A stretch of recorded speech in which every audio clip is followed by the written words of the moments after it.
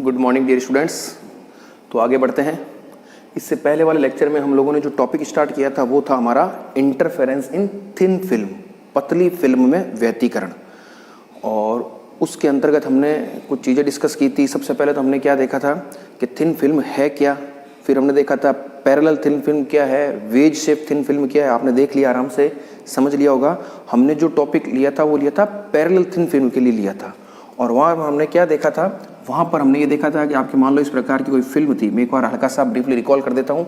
तो जब इस पर आप कोई लाइट इंसिडेंट होगी तो इसका एक भाग क्या होगा, रिफ्लेक्टेड हो जाएगा, और दूसरा भाग इधर ट्रांसमिटेड हो जाएगा। ठीक है, फिर ये यहाँ टकराएगी तो इसका ये भाग रिफ्लेक्टेड, ये भाग ट्रांसमिटेड। ये यहाँ टकराएगी, इसका एक भाग ट्रांसमिटेड, ये रिफ्लेक्टेड, यहाँ पर ये रिफ्लेक्टेड, ये ट्रांसमिटेड। तो इस प्रकार से एक क्रम आपको मिलता रहेगा। तो ये जो तरंग थी वो क्या हो रही है, इस तरंग के हिसाब से क्या हो रही है, इसी माध्यम में क्या हो रही है, वापस जा रही है। इसको हमने क्या कह दिया, रिफ्लेक्टेड लाइट या रिफ्लेक्टेड वेव्स कह दिया था। इनको क्या कह दिया था,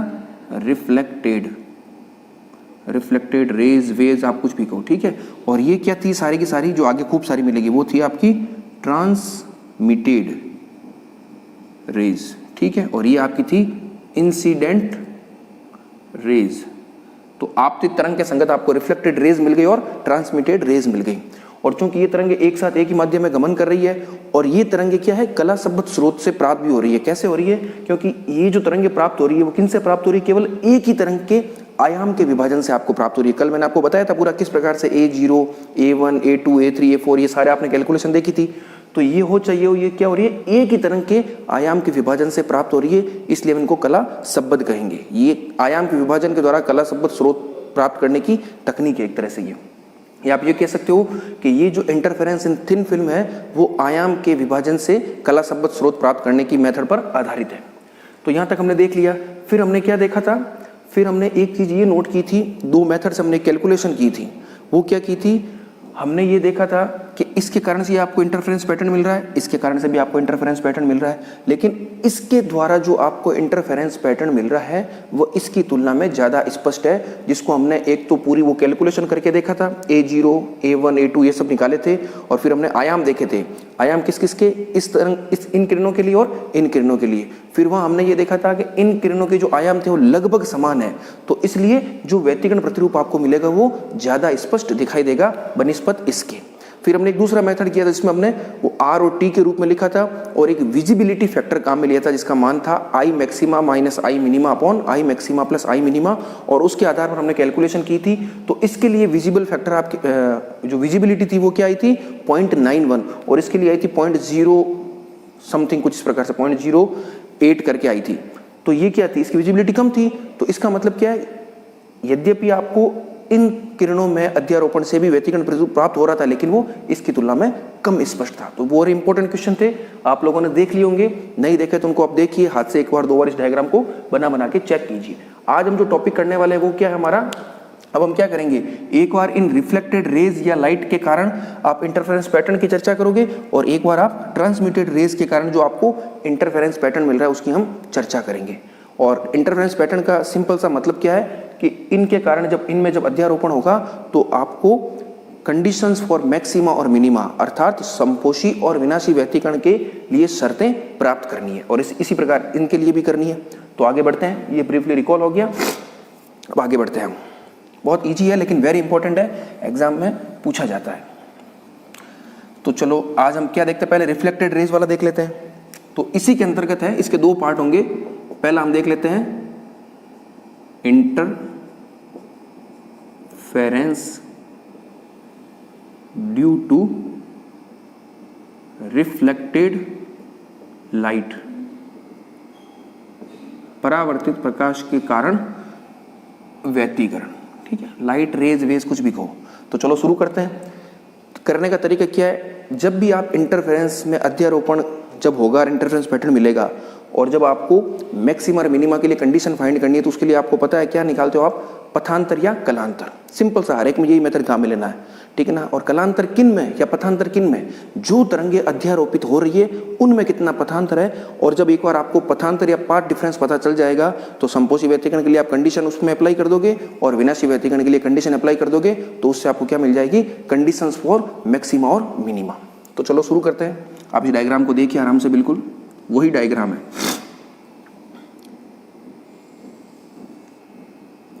ये आपके हो गया, ये मान लो एक रे है, क्या हो रही है, इंसिडेंट हो रही है।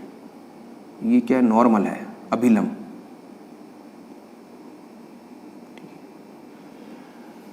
तो ये जब यहाँ टकराएगी तो इसका एक भाग इधर चला जाएगा, एक भाग इधर आ जाएगा, फिर उसी प्रकार से एक भाग इसका इधर चला जाएगा, ये यहाँ से इधर चला जाएगा, और इसका एक भाग इधर चला जाएगा।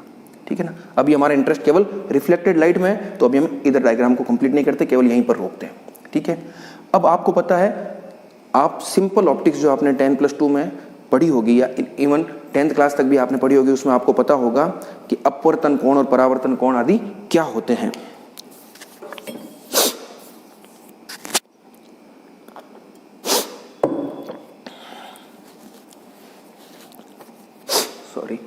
अपवर्तन कोण परावर्तन कोण क्या होता है कि देखो, पहली बात तो ये जो एंगल आप मेजर करते हो वो किसके सापेक्ष करते हो, अभिलंब के सापेक्ष या नॉर्मल के सापेक्ष। तो ये क्या है, नॉर्मल है। तो ये क्या है, इंसिडेंट है। ये क्या है, इंसिडेंट लाइट। तो इंसिडेंट लाइट अभिलंब के साथ जो कोण बनाती है उसको आप कहते हो एंगल ऑफ इंसिडेंस, जिसको हम आई से डिनोट करते हैं। और आपने अपवर्तन के नियम में पढ़ा है कि आपतन कोण यानी एंगल ऑफ इंसिडेंस तथा परावर्तन कोण एंगल ऑफ रिफ्लेक्शन, वो क्या होते हैं, दोनों समान होते हैं। तो ये एंगल क्या है, एंगल ऑफ रिफ्लेक्शन है, वो भी क्या होगा, आपका आई होगा। ठीक है ना। मैंने शब्द क्या बोला है, आपतन कोण और परावर्तन कोण। ये आप सिंपल से रूल जानते हो, ये दोनों क्या होते हैं, बराबर होते हैं, angle of incidence and angle of reflection. उसी प्रकार से ये एंगल क्या हो जाएगा, ये रिफ्लेक्टेड होगी, दूसरे माध्यम में चली गई। ये तो सिंपल से पता है, परावर्तन उसी माध्यम में और अपवर्तन या रिफ्रैक्शन होता है दूसरे माध्यम में। तो ये एंगल आपका क्या होगा, एंगल ऑफ रिफ्रैक्शन, जिसको आप कहोगे आर। मैंने शब्द क्या बोला है, अपवर्तन कोण। अपवर्तन कोण इंग्लिश में आप लिखना चाहो तो ये है एंगल ऑफ इंसिडेंस, ये है एंगल ऑफ रिफ्लेक्शन और ये एंगल ऑफ रिफ्रैक्शन। ठीक है, मैं लिख देता हूं एक बार, बेसिक चीजें हैं लेकिन पता होनी चाहिए। एंगल ऑफ इंसिडेंस, ये एंगल ऑफ रिफ्लेक्शन, रिफ्लेक्शन, और ये आपका है एंगल ऑफ रिफ्रैक्शन, रिफ्रैक्शन। ठीक है, तो ये आपने एंगल सारे देख लिए। अब देखिए, ये मान लो कोई एक तरंग, इसका नामकरण कर दिया, इसका 2 कर दिया, ये सारी की सारी क्या आपकी रिफ्लेक्टेड लाइट है, रिफ्लेक्टेड लाइट। अब आपको interference due to reflected light देखना है तो क्या करना है, इन दोनों तरंगों के बीच आपको पथांतर ज्ञात करना है। तो पथांतर आप कैसे ज्ञात करोगे, अब ध्यान से देखना। जैसे मान लो ये एक तरंग है, इंसिडेंट लाइट, ये यहां चली, इस बिंदु पर आ गई। आराम से देखिए, आप इस बिंदु पर आ गई। अब इस बिंदु के बाद क्या हो गया, एक तरंग तो यहां से इधर चली गई, ये इधर चल रही है, और ये जो तरंग है पहले ये यहां से यहां आएगी, यहां से फिर यहां आएगी, फिर यहां से यहां चलेगी। तो सबसे पहला तरीका तो क्या है कि इन दोनों के बीच अगर आपको पथांतर चेक करना है तो इससे आप क्या करोगे, इस पर एक लंब डालते हो। बिल्कुल बेसिक तरीका है ये। लो, मैंने इस पर क्या डाल दिया, एक लंब डाल दिया, नॉर्मल ड्रॉ कर दिया। ठीक है, अब देखिए आप ध्यान से देखना, इस बिंदु से ये बिंदु, बिल्कुल आप साथ साथ देखिए, ये बिंदु और ये बिंदु, इन दोनों बिंदुओं के बाद तो ये तरंगे क्या है, एक साथ चल रही है, इनमें किसी प्रकार का पथांतर नहीं है। आप देखिए यहां से ये बिल्कुल एक साथ चल रही है, तो पथांतर कितना होगा। अब देखना यहां से, जब ये तरंग यहां से आप 2 तरंगे स्टार्ट हो रही है, तो जो एक पहली तरंग है वो यहां से यहां चल रही है, और दूसरी तरंग यहां से यहां और यहां और फिर आगे। तो अब सुनना ध्यान से, जब दूसरी तरंग यहां से ऐसे होते हुए यहां तक पहुंचेगी, तब तक पहली तरंग यहां पहुंच जाएगी। तो पथांतर क्या हो जाएगा, ये पूरा जुड़ जाएगा और माइनस ये। अभी मैं इसको नोमेनक्लेचर करता हूं तो आपको आसानी से पता चलेगा। थोड़ा एक बार नामकरण कर देते हैं। इसको मैंने बिंदु कह दिया ए, ठीक है, ये एक बार मैं ऐसे ही बना देता हूं बिल्कुल सेंटर में, ये बी, ये सी, ये डी और ये ई। अब आप ध्यान से देखिएगा, मैं पथांतर लिख रहा हूं, पथांतर अभी आपको पता चल जाएगा। ठीक है, पथांतर क्या होगा, पथांतर किसके अंतर्गत देखना है, ऊपर आप लिख दीजिए तरंग 1 व 2 में पथांतर। ठीक है, तो 1 और 2 में पथांतर क्या होगा, देखना मैं क्या लिख रहा हूं, AB प्लस BC जब दूसरी तरंग इतना चल जाएगी तब तक पहली तरंग भी तो AD चल चुकी होगी, तो माइनस AD करना पड़ेगा, ठीक है ना। ये माइनस इसलिए करना पड़ेगा क्योंकि ये दोनों बिंदु क्या है, देखो दोनों तरंगें एक साथ कब चल रही है, दोनों तरंगें एक साथ इस और इस बिंदु से चल रही है, यानी C और D के बाद तो दोनों तरंगों में कोई पथांतर नहीं है। तो एक्स्ट्रा पथ दोनों तरंगें कौन कौन सा ट्रेवल कर रही है, तो C तक पहुंचने में जो दूसरी तरंग है वो तो AB प्लस BC चल रही है, लेकिन तब तक पहली तरंग भी क्या है, D तक पहुंच चुकी है। तो अगर आप इसको जोड़ रहे हो तो इसमें से आपको ये पद भी घटाना पड़ेगा, तभी आपको क्या मिलेगा, इफेक्टिव पथांतर मिलेगा, ठीक है ना। ये चीज हो गई। अब हालांकि यहाँ पर कुछ करेक्शन है, वो करेक्शन क्या है वो मैं आपको बता रहा हूँ। अभी तो मैंने सिंपल बेसिक बताया है, लेकिन अब हम ऑप्टिक्स के रूल काम में लेंगे तब ये पथांतर थोड़ा चेंज होगा। कैसे होगा इस चीज को आप ध्यान से पहले यहाँ समझिए, एकदम इत्मीनान से समझना, कोई जल्दबाजी नहीं है, वापिस बता दूंगा पूरा। अब देखिए दो शब्द होते हैं, जैसे मान लो कोई भी तरंग है, कोई भी तरंग किसी माध्यम में गमन कर रही है और मान लो वो L दूरी तय कर रही है उस माध्यम में, तो उस L दूरी का मान हम क्या लिख सकते हैं, दूरी क्या होती है, वेग इंटू समय, तो ये लीजिए v इंटू टी। ये तो बिल्कुल बेसिक फॉर्मूला आप जानते हो, कोई भी तरंग अगर किसी माध्यम में गमन करेगी तो वो किस वेग से करेगी, v वेग से करेगी, ठीक है ना। निर्वात में वो करती है c से, लेकिन किसी माध्यम में किससे करती है, v से। अब मान लो वही तरंग निर्वात में अगर गमन करेगी, तो निर्वात में अगर वो गमन कर रही है तो उसके द्वारा जो आप क्या कह सकते हो, कितना समय लगेगा, एक मिनट,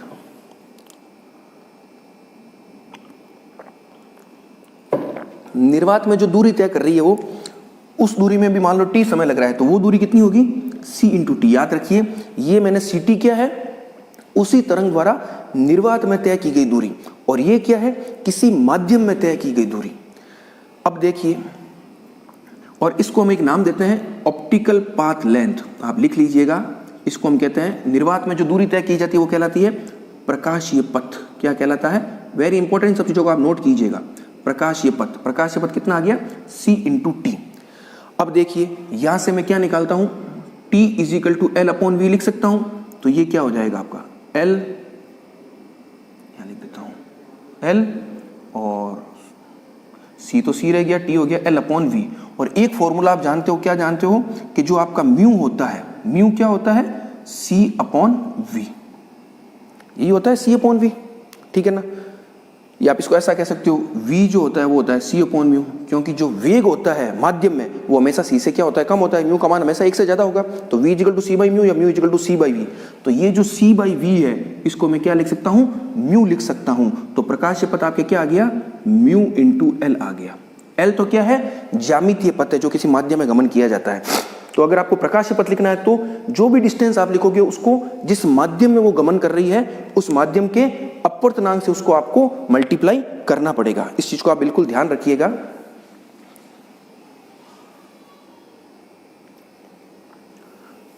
तो मैंने आपको क्या बताया कि प्रकाशीय पथ को आप कैसे लिखोगे, म्यू इंटू एल के रूप में लिखोगे, ठीक है। तो अब देखिए ये जो अभी हमने A B plus B C लिखा है, ये वेव ट्रेवल कौन कर रही है, लाइट वेव ट्रेवल कर रही है। तो A B plus B C तो सिंपली क्या है, एक तरह से एल है, लेकिन चूंकि किस माध्यम में गमन कर रही है आपको पता है, ये जो थिन फिल्म है इसकी मोटाई टी है और इसका अपवर्तनांक क्या है, म्यू है या नहीं है। तो आप पथांतर जब लिखोगे A B plus B C लिख रहे हो तो इसके साथ में आपको म्यू से मल्टीप्लाई करना पड़ेगा, ठीक है ना। म्यू और एडी तो क्या है, ऊपर तो आपकी एयर ही है, ये ऊपर क्या है, एयर है, यानी म्यू इजिकल टू 1 है, और नीचे भी क्या है, एयर है, म्यू इजिकल टू 1 है। तो यहां पर भी आप म्यू से मल्टीप्लाई कर दो, लेकिन म्यू का मान क्या होगा, 1 होगा। तो ये चीज आप साइड में नोट कर लीजिएगा। मैं वापस एक बार रिकॉल कर देता हूं कि जब भी कोई आप प्रकाशीय पथ निकालोगे तो जो दूरी आप लिख रहे हो, फिजिकल डिस्टेंस, जिसको आप ज्योमेट्रिकल डिस्टेंस भी कहते हो, उसके साथ क्या करोगे, जिस माध्यम में वो प्रकाश तरंग चल रही है उस माध्यम के अपवर्तनांक से हमें उसको क्या करना पड़ेगा, मल्टीप्लाई करना पड़ेगा। अगर एल ज्योमेट्रिकल पाथ लेंथ है तो आपका जो ऑप्टिकल पाथ लेंथ, ओपीएल यानी ऑप्टिकल पाथ लेंथ, प्रकाशीय पथ क्या हो जाएगा, म्यू इंटू एल हो जाएगा। इसको आप साइड में नोट कर लीजिए, ठीक है। तो ये चीज हो गई, इसको साइड में नोट कर लीजिए। और पथांतर हमने क्या लिख दिया, mu A B plus B C minus A D. और कैसे है आप बिल्कुल समझ जाओ, आपको बस ये 2 पॉइंट ध्यान रखिए, सी और डी, क्योंकि सी और डी के बाद क्या दोनों तरंगे में कोई पथांतर नहीं है, लेकिन जब पहली तरंग डी तक है और दूसरी तरंग सी तक है तब दोनों में अतिरिक्त पथ क्या है, वापिस ये दूसरी तरंग ए बी होते हुए सी तक पहुंचेगी, तब तक ये डी तक पहुंच जाएगी, तो A B plus B C minus A D आपको करना पड़ेगा। तो ये है पथांतर। आप आराम से इसको चिंतन मनन कीजिए, मैंने पूरा बता दिया, होपफुली आपको समझ में आ जाएगा। अब हम आगे बढ़ते हैं, मैं इसको एक बार थोड़ा साफ कर देता हूं, ठीक है।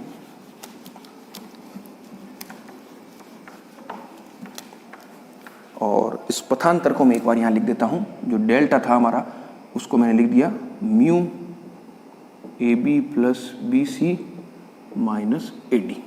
ठीक है, अब देखिए, अब आपको क्या करना है, A B B C A D इन सबके मान निकालने हैं। कैसे निकालोगे? अब आपके पास देखो, पहले एक बार एंगल फाइंड करते हैं हम, कौन कौन से एंगल है। ये आई आपको पता चल गया कैसे हुआ, ये आई कैसे हो गया, ये तो आई एंगल ऑफ इंसिडेंस है और ये एंगल ऑफ रिफ्लेक्शन था जो आई के बराबर है, ये आर हो गया। अब देखिए, ये अगर आर है, पहली बात तो आप ये देखिए ये एंगल कितना होगा। अब मैं देखो आपको एक होमवर्क दे रहा हूं लेक्चर के साथ ही, एक तो आपको ये एंगल पता लगाना है, एक ये एंगल पता लगाना है, एक ये एंगल पता लगाना है। ठीक है, तो इस वीडियो को आप पॉज कीजिए और आराम से सोचिए एंगल क्या होंगे। सोचने के बाद आप नोट कीजिए और फिर वीडियो को वापस ऑन कीजिए और जो एंगल मैं आपको बताने वाला हूं उनको आप आराम से देखिए। ये एंगल जो होगा, देखो ये 90 है पूरा, तो ये आई है, तो ये 90 माइनस आई, ये 90, तो ये कितना हो जाएगा, आई हो जाएगा आपका। ठीक है ना, बिल्कुल सिंपल है। ये आर है, ठीक है, तो ये देखो ये इस तरह से पैरेलल चल रहा है, ये भी हो जाएगा आर।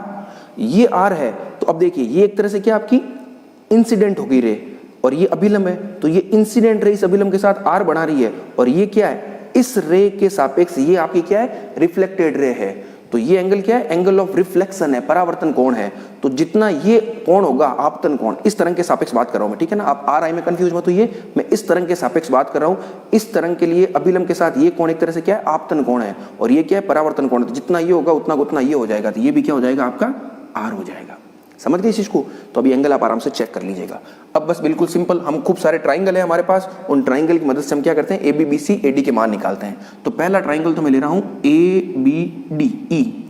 फर्स्ट मैं लिख रहा हूं ट्राइंगल ए बी ई, ठीक है ना, ये वाला ट्राइंगल, ये पूरा। तो मुझे क्या चाहिए, ए बी चाहिए, और मुझे ज्ञात क्या है, बी ज्ञात है। बी कितना आपका, टी, आपको पता है। तो देखिए मैं क्या लिख सकता हूं, A B plus B E, और A B plus B E क्या है, ए बी आपका कर्ण है और बी आपका क्या है, आधार है। तो कर्ण बटा आधार वो होता है सेक आर। क्या होता है, सेक आर।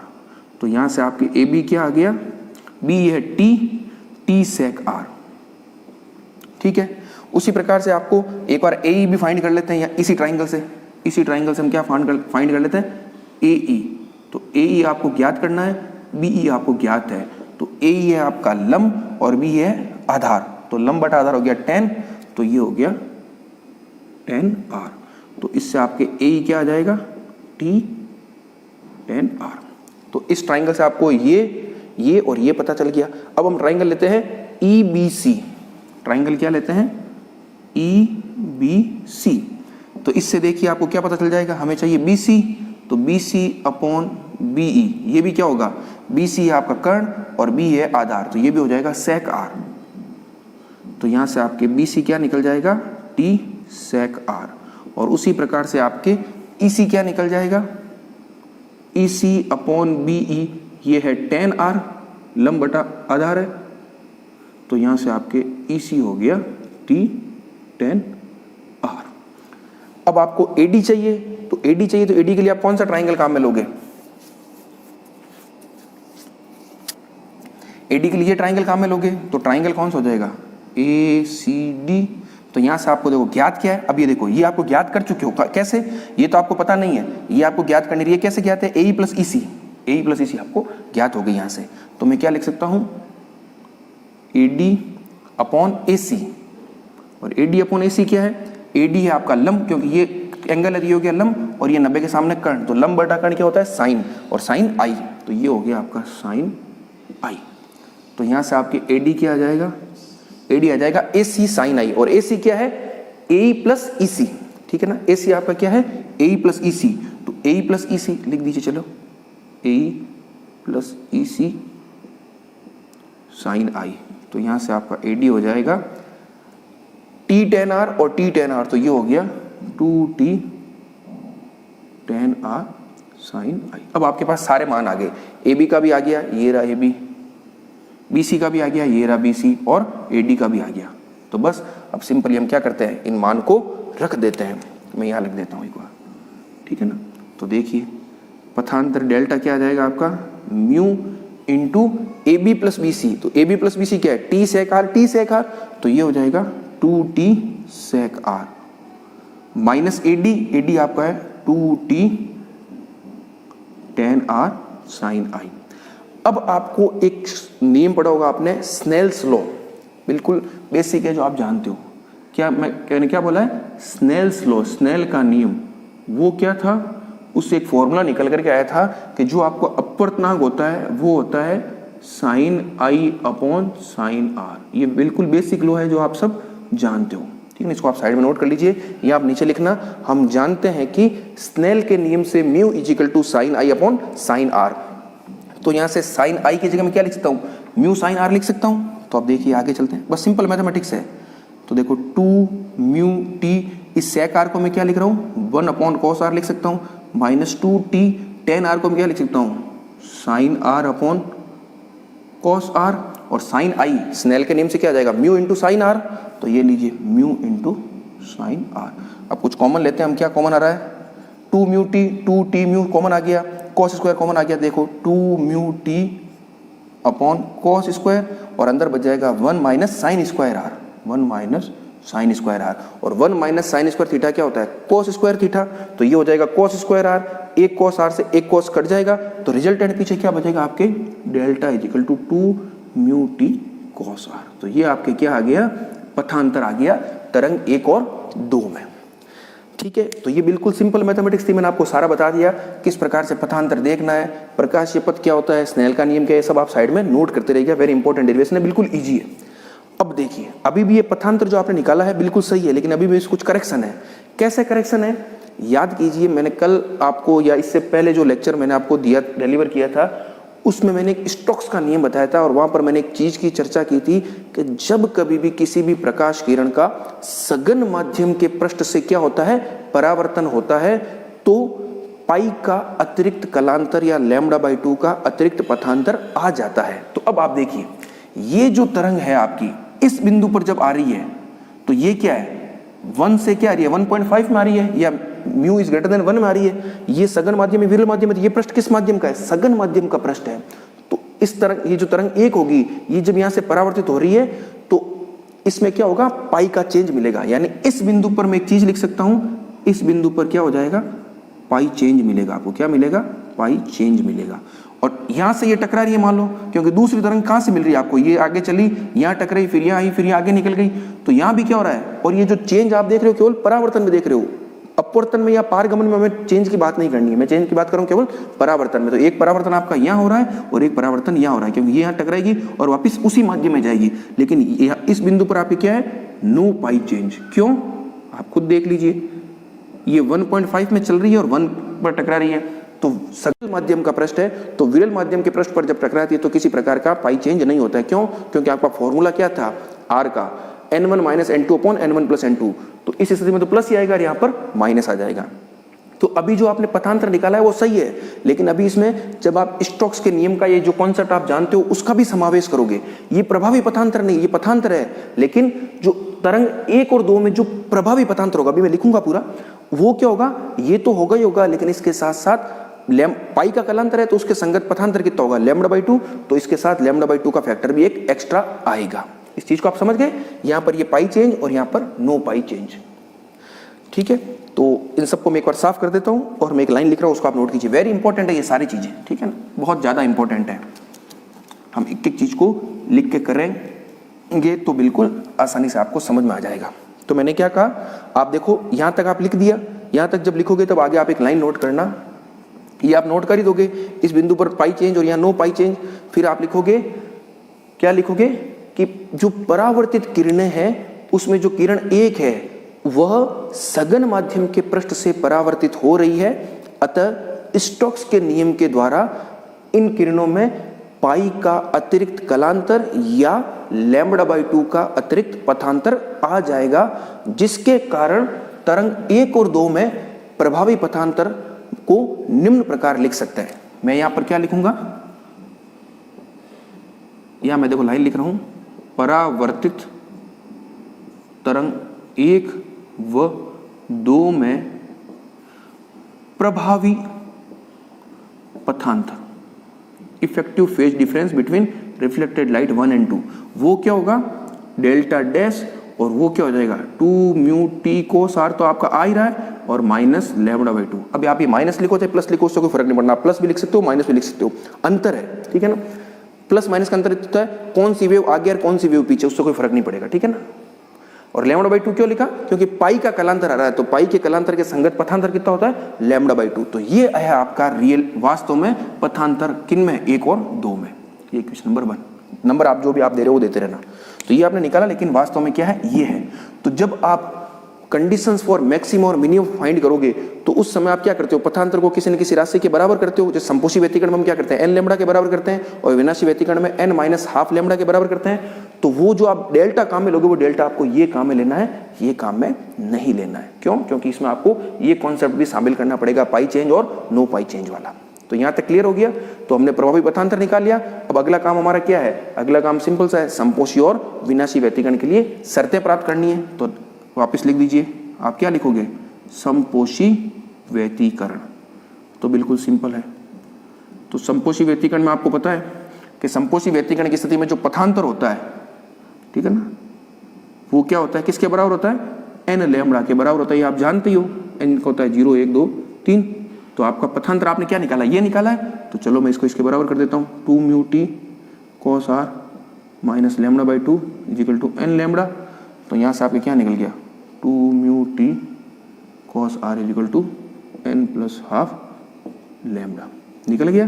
तो ये आपकी कंडीशन किसकी आ गई, संपोषी व्यतिकरण की आ गई। बस ये लिखना है, बिल्कुल सिंपल। अब हम क्या करते हैं, विनाशी व्यतिकरण के लिए कर लेते हैं। मैं इसको थोड़ा यहाँ कर देता हूँ, ठीक है ना। अब हम अगली कंडीशन किसके लिए निकाल लेते हैं, विनाशी व्यतिकरण के लिए निकाल लेते हैं। विनाशी व्यतिकरण, तो विनाशी व्यतिकरण के लिए एक मिनट वेट कीजिएगा। विनाशी व्यतिकरण के लिए आप क्या लिखोगे,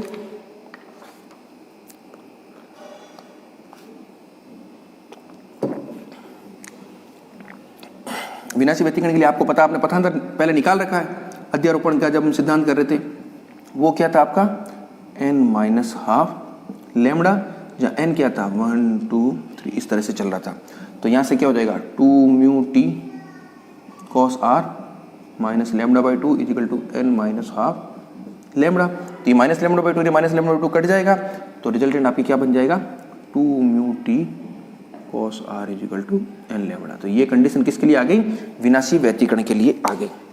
तो ये आपका पूरा कंप्लीट डेरिवेशन हो गया। आप नीचे, ठीक है ना, डेरिवेशन कैसे हो गया, क्योंकि आपको पढ़ना क्या था, interference due to reflected light. और इंटरफेरेंस का मतलब ही क्या है कि आपको जब इन तरंगों में अध्यारोपण होगा तो संपोषी और विनाशी व्यतिकरण के लिए शर्तें प्राप्त करनी है। जब आप शर्तें प्राप्त कर लोगे तब आप ये आसानी से बता पाओगे कि किन किन स्थानों पर आपको डार्क और ब्राइट फ्रिंजेज मिल रही है, ठीक है।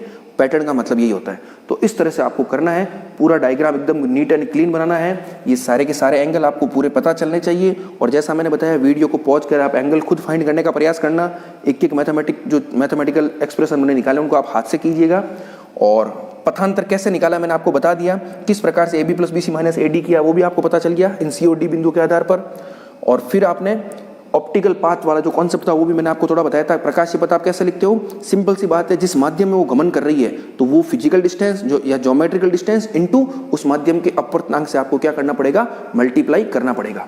अगर इस माध्यम है तो म्यू 1 हो गया, लेकिन अगर इस माध्यम में चल रही है तो AB प्लस BC कर रहे हो तो साथ में म्यू से मल्टीप्लाई करना पड़ेगा। फिर आपने पाई चेंज और नो पाई चेंज के फैक्टर को भी कंसीडर किया। और फिर आपने देखा कि जो प्रभावी पथांतर था उसमें पाई का अतिरिक्त कलांतर या लैम्बडा बाई 2 का अतिरिक्त पथांतर भी आएगा, जिसको आपने इसमें इंक्लूड किया। और उसके बाद आपने संपोषी और विनाशी व्यतिकरण के लिए शर्तें प्राप्त कर ली। तो ये पूरा आपका डिस्क्रिप्शन हो गया interference due to reflected light in thin film. पूरा डेरिवेशन क्या है, interference due to reflected light in thin film. तो ये कंप्लीट हो गया। तो इस लेक्चर में हम इतना ही करेंगे। अब जो नेक्स्ट लेक्चर होगा उसमें हम क्या करेंगे, सेम यही प्रोसेस होगी, लेकिन हमारी लाइट क्या हो जाएगी, चेंज हो जाएगी। अब हम किस में बात करेंगे, ट्रांसमिटेड लाइट में बात करेंगे। Thank you.